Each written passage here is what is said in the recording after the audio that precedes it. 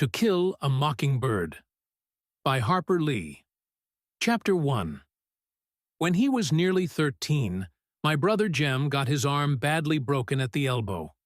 When it healed, and Jem's fears of never being able to play football were assuaged, he was seldom self-conscious about his injury. His left arm was somewhat shorter than his right. When he stood or walked, the back of his hand was at right angles to his body, his thumb parallel to his thigh. He couldn't have cared less, so long as he could pass and punt. When enough years had gone by to enable us to look back on them, we sometimes discussed the events leading to his accident. I maintain that the Yules started it all, but Jem, who was 4 years my senior, said it started long before that. He said it began the summer Dill came to us, when Dill first gave us the idea of making Boo Radley come out. I said, if he wanted to take a broad view of the thing, it really began with Andrew Jackson. If General Jackson hadn't run the creeks up the creek, Simon Finch would never have paddled up the Alabama. And where would we be if he hadn't? We were far too old to settle an argument with a fist fight, so we consulted Atticus. Our father said we were both right. Being Southerners, it was a source of shame to some members of the family that we had no recorded ancestors on either side of the Battle of Hastings. All we had was Simon Finch, a fur-trapping apothecary from Cornwall whose piety was exceeded only by his stinginess. In England, Simon was irritated by the persecution of those who called themselves Methodists at the hands of their more liberal brethren, and as Simon called himself a Methodist, he worked his way across the Atlantic to Philadelphia, thence to Jamaica, thence to Mobile, and up the St. Stephen's. Mindful of John Wesley's strictures on the use of many words in buying and selling, Simon made a pile practicing medicine. But in this pursuit, he was unhappy, lest he be tempted into doing what he knew was not for the glory of God, as the putting on of gold and costly apparel. So Simon, having forgotten his teacher's dictum on the possession of human chattels, bought 3 slaves, and with their aid established a homestead on the banks of the Alabama River, some 40 miles above St. Stephen's.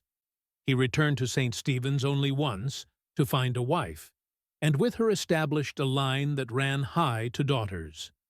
Simon lived to an impressive age, and died rich. It was customary for the men in the family to remain on Simon's homestead, Finch's Landing, and make their living from cotton. The place was self-sufficient. Modest in comparison with the empires around it, the landing nevertheless produced everything required to sustain life except ice, wheat flour, and articles of clothing supplied by river boats from Mobile. Simon would have regarded with impotent fury the disturbance between the North and the South, as it left his descendants stripped of everything but their land.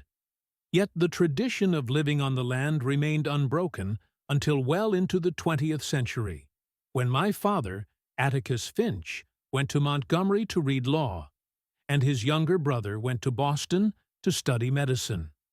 Their sister Alexandra was the Finch, who remained at the landing.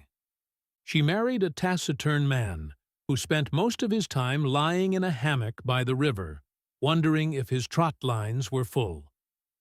When my father was admitted to the bar, he returned to Macomb and began his practice. Macomb, some 20 miles east of Finch's Landing, was the county seat of Macomb County. Atticus's office in the courthouse contained little more than a hat rack, a spittoon, a checkerboard, and an unsullied code of Alabama. His first 2 clients were the last 2 persons hanged in the Macomb County Jail. Atticus had urged them to accept the state's generosity in allowing them to plead guilty to second-degree murder and escape with their lives, but they were Haverfords, in Macomb County, a name synonymous with jackass. The Haverfords had dispatched Macomb's leading blacksmith in a misunderstanding arising from the alleged wrongful detention of a mare, were imprudent enough to do it in the presence of 3 witnesses, and insisted that the son of a bitch had it. Coming to him was a good enough defense for anybody. They persisted in pleading not guilty to first-degree murder, so there was nothing much Atticus could do for his clients except be present at their departure, an occasion that was probably the beginning of my father's profound distaste for the practice of criminal law. During his first 5 years in Maycomb, Atticus practiced economy more than anything. For several years thereafter, he invested his earnings in his brother's education.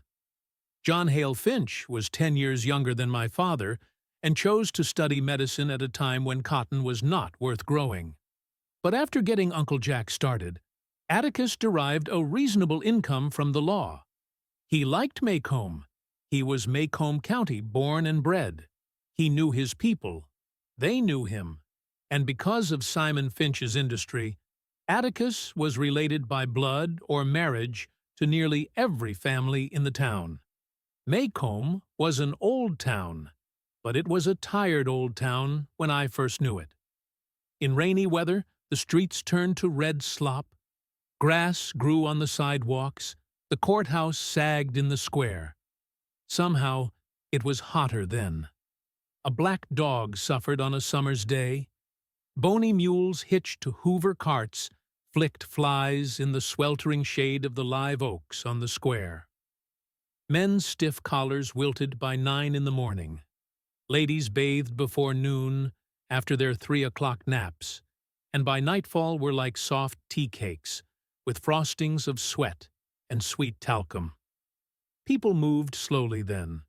They ambled across the square, shuffled in and out of the stores around it, took their time about everything. A day was 24 hours long, but seemed longer. There was no hurry, for there was nowhere to go, nothing to buy, and no money to buy it with, nothing to see outside the boundaries of Maycomb County. But it was a time of vague optimism for some of the people. Maycomb County had recently been told that it had nothing to fear but fear itself. We lived on the main residential street in town. Atticus, Jem, and I, plus Calpurnia, our cook. Jem and I found our father satisfactory. He played with us, read to us, and treated us with courteous detachment. Calpurnia was something else again. She was all angles and bones. She was nearsighted. She squinted. Her hand was wide as a bed slat and twice as hard.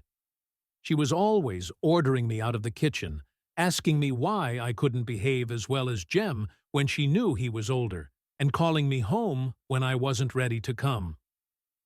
Our battles were epic and one-sided. Calpurnia always won, mainly because Atticus always took her side. She had been with us ever since Jem was born, and I had felt her tyrannical presence as long as I could remember. Our mother died when I was 2, so I never felt her absence. She was a Graham from Montgomery. Atticus met her when he was first elected to the state legislature. He was middle-aged then. She was 15 years his junior. Jem was the product of their first year of marriage. 4 years later, I was born, and 2 years later, our mother died from a sudden heart attack. They said it ran in her family. I did not miss her, but I think Jem did. He remembered her clearly, and sometimes in the middle of a game, he would sigh at length, then go off and play by himself behind the car house. When he was like that, I knew better than to bother him. When I was almost 6 and Jem was nearly 10, our summertime boundaries, within calling distance of Calpurnia, were Mrs. Henry Lafayette Dubos's house, 2 doors to the north of us, and the Radley place, 3 doors to the south. We were never tempted to break them. The Radley place was inhabited by an unknown entity, the mere description of whom was enough to make us behave for days on end. Mrs. Dubose was plain hell. That was the summer Dill came to us. Early one morning, as we were beginning our day's play in the backyard, Jem and I heard something next door in Miss Rachel Haverford's collard patch. We went to the wire fence to see if there was a puppy. Miss Rachel's rat terrier was expecting. Instead, we found someone sitting looking at us. Sitting down, he wasn't much higher than the collards. We stared at him until he spoke.